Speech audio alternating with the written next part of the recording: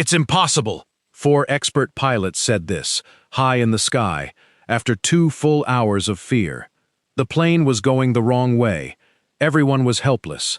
Then, a quiet 16-year-old girl stood up from her seat. She fixed it in just 1 minute. Before you watch full story, comment below, from which country are you watching? Don't forget to subscribe for more amazing stories. A plane in the sky, 4 skilled pilots, 2 hours of fear, and then one girl, sitting quietly in seat 19C, stood up and fixed what 4 experts could not fix in 1 minute.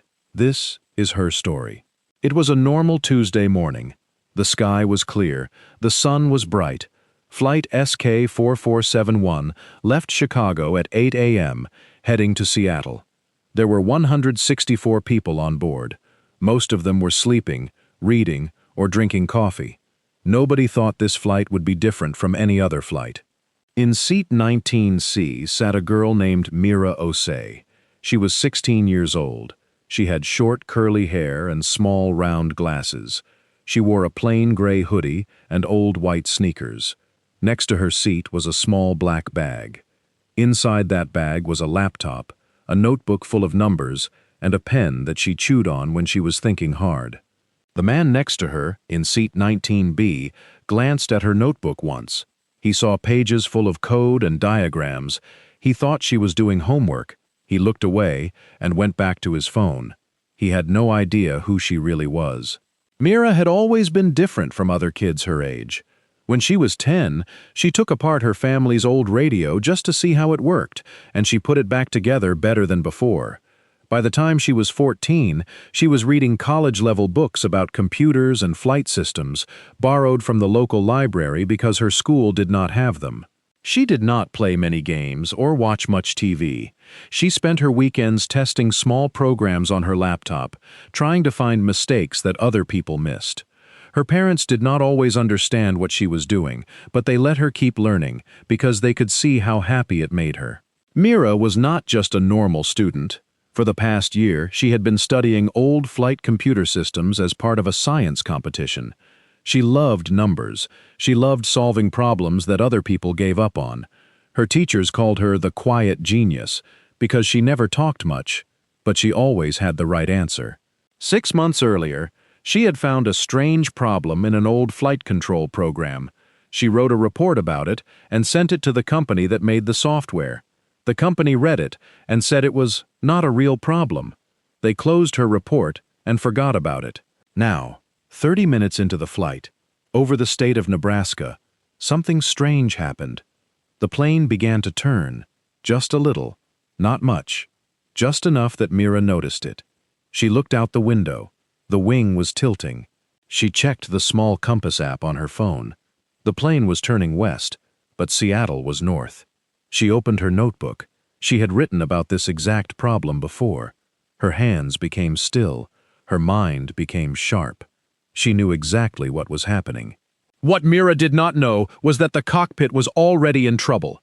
Captain Daniel Reyes, a pilot with 20 years of flying experience, had noticed the turn a few minutes earlier. He tried to fix it the normal way. He turned off the autopilot. But 5 seconds later, it turned back on by itself. This had never happened to him before in his whole career. He tried again. Same result. He called his co-pilot, First Officer Lily Chen, who had 12 years of experience. She tried different buttons, different steps from the emergency book. Nothing worked. The plane kept turning.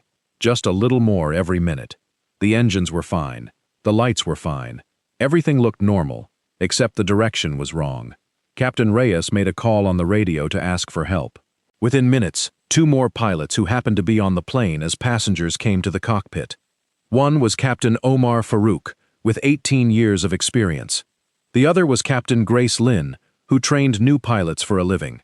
Now 4 skilled pilots were working on the same problem. Together, they had more than 60 years of flying experience. They tried every idea they knew. They pulled out emergency books. They talked to engineers on the radio. 2 full hours passed. Nothing worked. The plane kept drifting off course, slowly, quietly, toward the mountains. After the second hour, Captain Farouk threw his hands up in frustration. He looked at the screen. then at the other three pilots, and said the words that everyone in the cockpit was already thinking. "It's impossible. We have tried everything. Nothing is working." Nobody argued with him. Captain Reyes looked at the mountains on his screen and said nothing, because he did not know what else to say. The engineers on the radio grew quiet. Their voices became slower. They were running out of ideas. Captain Reyes looked at the mountains far ahead on his screen. He had 164 people behind him, and no answer in front of him. He picked up the microphone and made an announcement to the whole plane. "This is Captain Reyes. We need any passenger with knowledge of flight computer systems or software to speak to a flight attendant right now." A flight attendant named Tom was walking through the plane when a girl stood up from seat 19C. She said, "I know what is wrong with this plane." Tom looked at her. She was young. She looked calm, not scared. She said, "I studied this exact problem 6 months ago. I sent a report about it. Nobody believed me. But this is the same problem. I know how to fix it." Tom had worked as a flight attendant for many years. He had learned to tell the difference between someone who just wanted attention and someone who really knew something. This girl was different. She was not shaking. She was not shouting. She spoke slowly and clearly, like she was reading facts from a book in her head. Tom picked up the phone and called the cockpit. Captain Reyes turned around when the door opened. He saw a teenage girl standing there with a notebook in her hands. For a moment, he almost said no, but something in her eyes stopped him. She said, "My name is Mira Osei.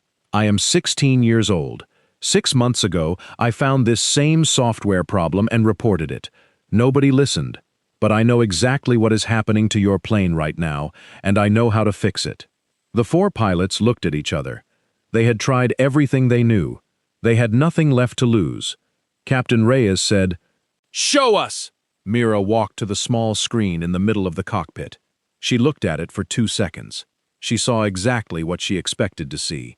She said, "This screen is stuck in a locked mode. It is ignoring your manual controls and turning itself back on every time you try to stop it. There is a hidden way to reset it, but everyone must stop touching the controls for 30 seconds first. If anyone touches the controls while I am doing this, I will have to start over." Captain Reyes looked at his hands on the controls. Slowly, he moved them away and placed them on his knees. 30 seconds, he said. Nobody touch anything. Mira's hands were shaking a little, but she did not try to stop them. She knew it was just her body reacting to stress. It did not matter. Her mind was clear. She had practiced this exact fix many times on her home computer, late at night after her homework was done. She had never done it on a real plane before. But the steps were the same in her memory. She pressed a special combination of buttons that was not written in any manual. A hidden screen appeared. She moved to a second option. She typed a code she had memorized months ago, a code she knew as well as her own birthday.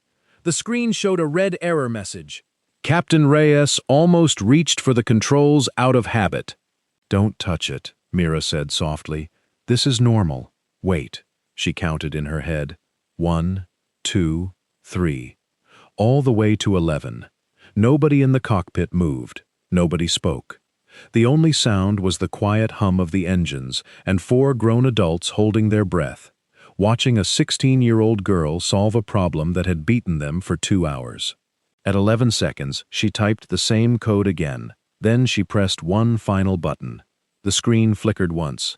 The stuck light on the screen disappeared. The blinking light came back to normal. "Try it now," Mira said, gently. Captain Reyes placed his hand on the controls. He pushed gently to the right. The plane responded. It turned back toward Seattle, back to the correct path, just like that. Captain Reyes let out a long breath. First Officer Chen put her hands over her face for a moment.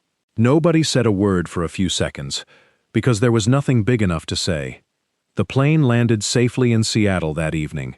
2 fighter jets that had been sent to fly beside the plane as a safety measure landed at a nearby airport. The pilots of those jets had listened to the whole radio conversation. When they heard that a 16-year-old girl had fixed what 4 expert pilots could not fix, they walked across the airport just to shake her hand. News of the flight spread fast. But Mira did not want to be famous. She gave only one interview, to her own school newspaper.